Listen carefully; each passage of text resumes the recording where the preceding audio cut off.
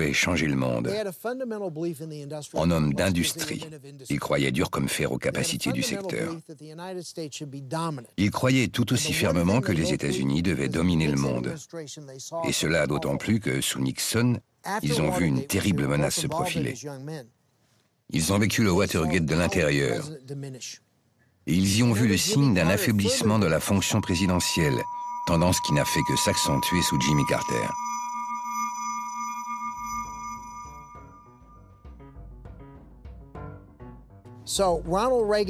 Avec Ronald Reagan, on revenait à la vraie fonction présidentielle. Et c'était ça leur but, restaurer la fonction présidentielle.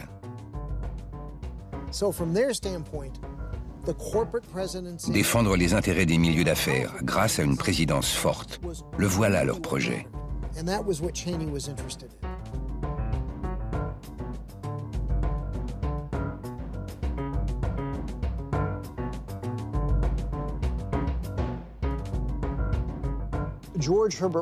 George Bush père a été une grande déception pour ceux qui allaient devenir les architectes de la Seconde Guerre d'Irak.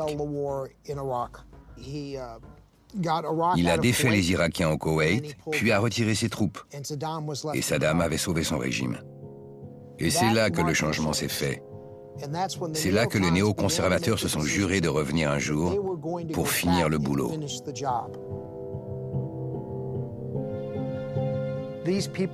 Ces gens sont en croisade. Souvenez-vous du langage employé au début de la guerre. Nous sommes des croisés face au diable. Comment peut-on se sentir si sûr de soi pour oser faire ça?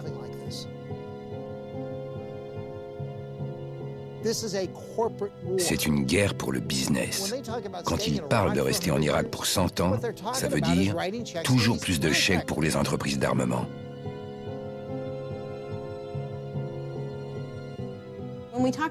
Quand vous prenez des entreprises comme Halliburton, Kellogg Brown & Root, Lockheed ou Boeing, des entreprises comme Blackwater aussi. Ces entreprises sont devenues riches parce qu'elles se sont développées au-delà de ce qu'elles faisaient traditionnellement pour l'armée. Bien au-delà de leur spécialisation d'origine.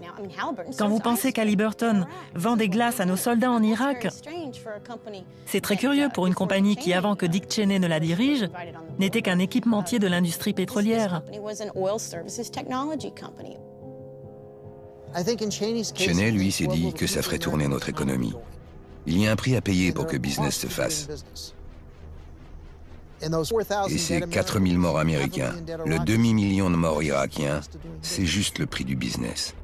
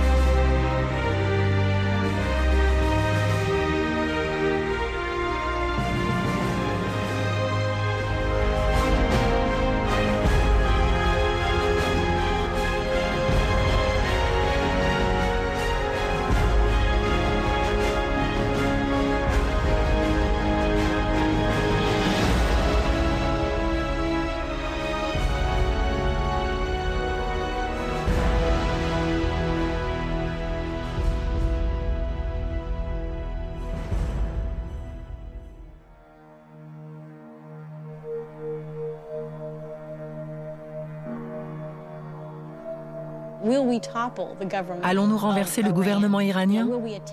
Allons-nous essayer de faire ça?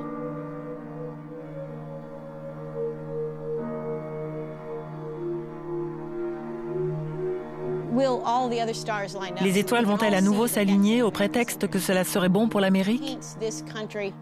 Cela nous dépeint comme un empire cruel, un pays très froid et non démocratique. Le vrai prix à payer, c'est que la crédibilité des États-Unis s'est effondrée, à l'extérieur des États-Unis, mais aussi à l'intérieur du pays.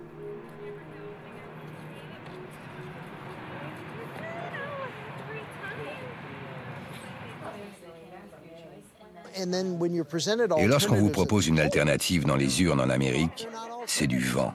Seul l'emballage change.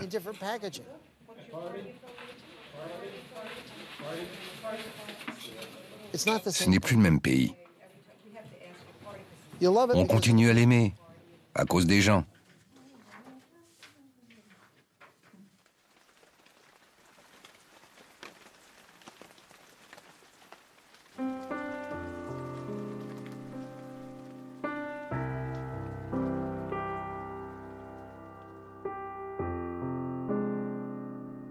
Good evening, my fellow Americans. This evening, I come to you with a message of leave-taking and farewell, and to share a few final thoughts with you, my countrymen. We have been compelled to create a permanent armaments industry of vast proportions. Now, this conjunction of an immense military establishment and a large arms industry is new in the American experience. We recognize the imperative need for this development. Yet we must not fail to comprehend its grave implications. In the councils of government, we must guard against the acquisition of unwarranted influence, whether sought or unsought, by the military-industrial complex. The potential for the disastrous rise of misplaced power exists and will persist.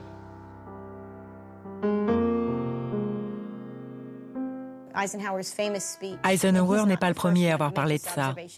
Il y a eu Smedley Butler après la Première Guerre mondiale, qui a dit les mêmes choses sur cette guerre et sur l'occupation des Philippines à laquelle il avait participé en tant que général des marines.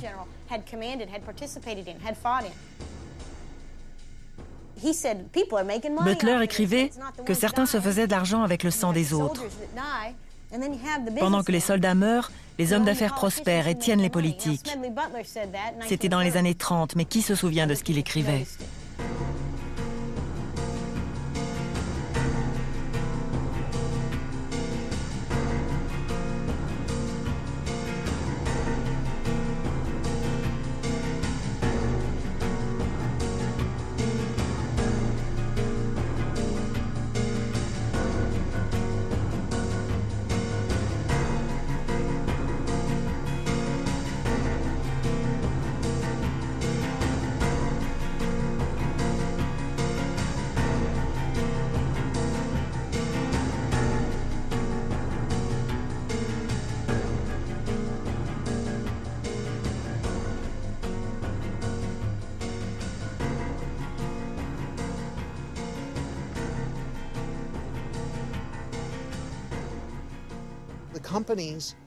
Ce sont les milieux d'affaires qui choisissent qui va diriger le pays. Et ils font ça en signant des chèques. Et si quelqu'un qu'ils n'aiment pas